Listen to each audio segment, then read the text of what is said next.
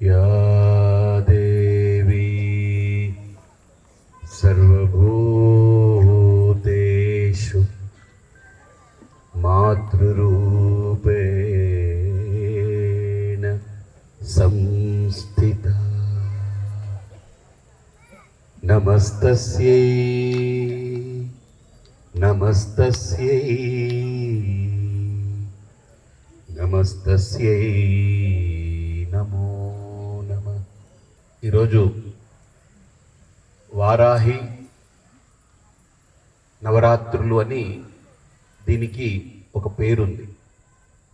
కానీ ఈ నవరాత్రులకి ప్రధానంగా శాక్తేయంలో గుప్త నవరాత్రులు అంటారు. అంటే గుప్తము అని అంటే గోప్యంగా, రహస్యంగా, నిగూఢంగా ఉండేది అని అర్థం. అలాగనే వసంత ఋతువులో వచ్చేటువంటి దాన్ని వసంత నవరాత్రులు అంటారు. అలాగే శరదృతువులో వచ్చేది శరన్నవరాత్రులు అంటారు. ఈ మూడు నవరాత్రులు చాలా ప్రధానంగా పరిగణిస్తారు. ఈ మూడిట్లో శరన్నవరాత్రులు, దాన్ని దసరా నవరాత్రులని, దేవీ నవరాత్రులని మనం ఎక్కువగా చెప్పుకుంటాం. ఈ నవరాత్రుల యొక్క ప్రత్యేకత ఏంటనంటే, ఈ గుప్త నవరాత్రుల్లో అమ్మవారికి ముగ్గురు ప్రధానమైనటువంటి రక్షకులు, అంటే అమ్మవారి యొక్క రక్షణ చేసేవాళ్ళు ముగ్గురు ఉంటారట. ప్రధానమైన ముగ్గురు రక్షకులు. దాంట్లో ప్రత్యంగిరాదేవి, వారాహిదేవి అని ఇద్దరు మనకు ఒక జంతు రూపమైనటువంటి ముఖం కలిగి ఉంటారు. వారాహి అనంటే వరాహము, అంటే అడవి పంది యొక్క ముఖము కలిగి ఉన్నటువంటి.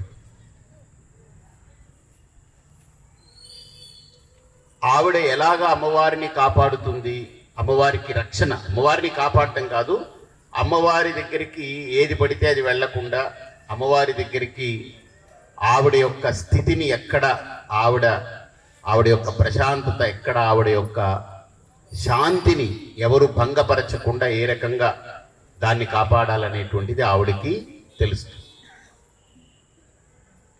వారాహి అమ్మవారి యొక్క శక్తి ఏంటనంటే,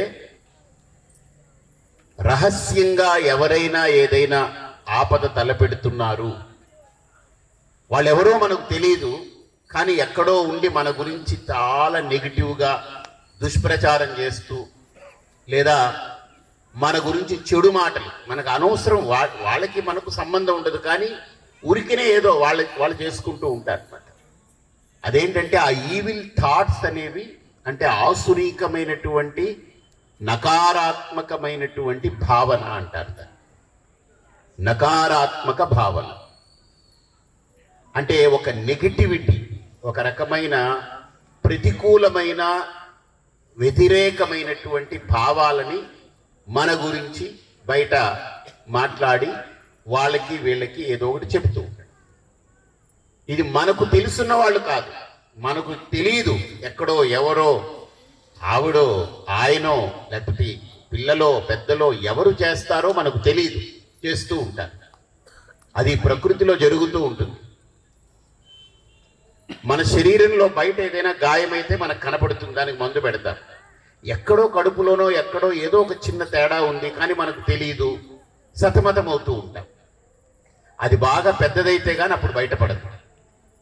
అలా లోపల జరిగేటువంటి ఇబ్బంది కానీ, బయట జరిగే శరీరం పైన జరిగే ఇబ్బంది కానీ రెండు రకాలు ఎలా ఉంటాయో, మన పట్ల మనకు తెలియకుండా, మనకు సంబంధం లేని వాళ్ళు, లేకపోతే ఎవరో ఎక్కడో దూరపు వ్యక్తులో, ఏమో కారణాలు మనకు తెలియవు, మన గురించి దుష్టంగా ఒక రకమైన దుర్భావనతో ఉండేటువంటి వ్యక్తులు ఎవరైతే ఉంటారో, అటువంటి వ్యక్తులు, లేదా మన వల్ల ఏదైనా ఇబ్బంది పడుండొచ్చు, మన వల్ల ఏదైనా చిన్నపాటి అసౌకర్యానికి గురై ఉండొచ్చు, లేదా ఏదో ఎక్స్పెక్ట్ చేసి వాళ్ళ ఎక్స్పెక్టేషన్స్ ఫుల్ఫిల్ కాకపోవచ్చు.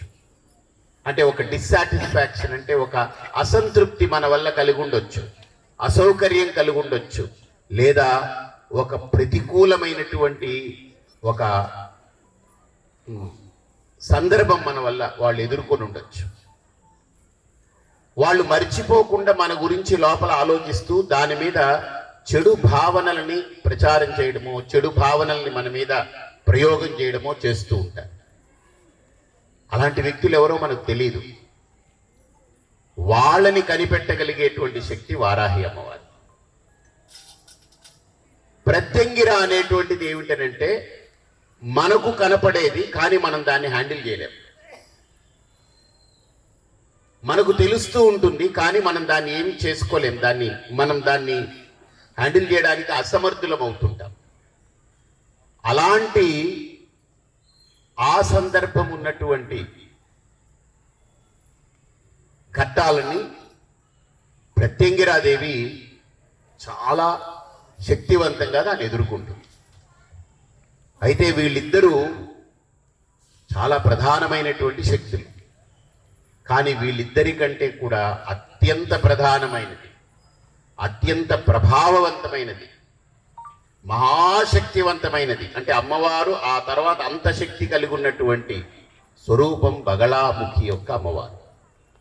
ఆవిడ యొక్క శక్తి వర్ణించడానికి వీల్లేదు.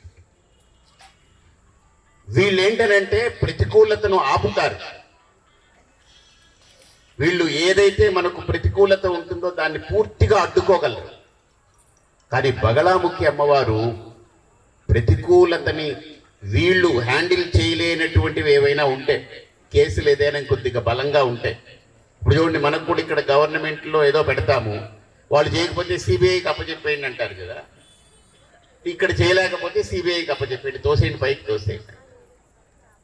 అలాగా ఆవిడ ఒక రకంగా చెప్పాలంటే మన గవర్నమెంట్ వ్యవస్థ విధానంలో సిబిఐ డైరెక్టర్ లాంటి వ్యక్తి బగళాముఖి అన్న. ఆవిడ యొక్క శక్తి చాలా అపరిమితమైనటువంటి శక్తి. బగళాముఖి అనేటువంటి శక్తి చాలా అపరిమితమైనటువంటి శక్తి. ఆ బగళాముఖి అమ్మవారిది ఎంత ప్రసన్నమైన రూపం అంటే అమ్మవారికి ఇంచుమించు అలాంటి రూపమే. అలాంటి బగళాముఖి అమ్మవారు ఏదైనా మనకు ప్రతికూలం ఉంది అని అంటే దాన్ని నివారించడంలో ఆవిడ పూర్తిగా సఫలీకృతమవుతుంది, సమూలంగా, పైపైనే కాదు సమూలంగా. రెండోది, మనల్ని రక్షించడంతో పాటు మనకు సర్వ విధముల అనుగ్రహాన్ని, అమ్మవారి యొక్క అనుగ్రహాన్ని మనకు పరిపూర్ణంగా కలిగేలా చేయగలుగుతుంది. కాబట్టి బగళాముఖి అనేటువంటిది అమ్మవారి యొక్క మహాశక్తి స్వరూపం.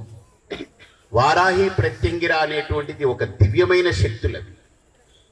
కాబట్టి నవరాత్రుల్లో ప్రధానంగా ఆ శక్తుల్ని ఎందుకు మనం ఆరాధిస్తాము, ఇవన్నీ చాలా ప్రభావవంతమైన శక్తులు కదా. ఎందుకు ఆరాధిస్తాము అని అంటే మనకు అమ్మవారి యొక్క కల్పంలో చెప్పబడింది, మనం బయట ఎవరో శత్రువులు ఉన్నారు, బయట ఏదో జరుగుతుంది, బయట ఏదో చేస్తారు అనేటువంటి అంశము ఎంత ప్రభావమో మన లోపల దాని గురించి ఆలోచించడం కూడా అది మనకు అంతే ప్రమాదం. బయట శత్రువు క్షణకాలం కొంతసేపు ఏదో శత్రుత్వం చూపిస్తాడు, పోతాడు. కానీ మన లోపల పెంచుకునే శత్రుత్వం ఉంది చూసారా, అది మనం పడుకున్నా మనతోటే పడుకుంటుంది, మనం బాత్రూమ్కి వెళ్ళినా మనతోటే ఉంటుంది, మనం తింటున్నా మనతోనే కూర్చుంటుంది, మనం ఎక్కడ కూర్చున్నా అక్కడ మనతోనే కూర్చుంటుంది. చచ్చినట్టు అది మనతో లోపలే ఉండి మనల్ని బట్టి నలుపుతూ ఉంటుంది లోపల. కాబట్టి బయట శత్రువు కొంతసేపే మనం ఎదుర్కోవాలి, కానీ మనలో కలిగిన శత్రుత్వము చాలా ప్రమాదం. అది వదిలిపోదు ఒక పట్ట. అందుకని నవరాత్రుల్లో మనం చేసేటువంటి ఈ వ్రతము, ఈ దీక్ష, ఇవన్నీ ఏంటనంటే బయట శత్రువులు ఏముందండి, వస్తారు పోతారు, అవన్నీ ఒక సినిమాలో తెర మీద క్యారెక్టర్స్ వచ్చినట్టు పోతూ ఉంటాయి. కానీ మన లోపల మనకు ప్రమాదకారిగా మారేటువంటి ఏవైతే ప్రతికూలతలు ఉంటాయో, ఈవిల్ థాట్స్ ఏవైతే డెవలప్ అవుతుంటాయో, నెగిటివిటీస్ ఏదైతే క్రియేట్ అవుతూ ఉంటాయో, వాటిని సమూలంగా తొలగించి మనల్ని ప్రశాంతంగా ఉంచగలిగేటువంటి స్థితికి ఈ సాధన చేస్తాం.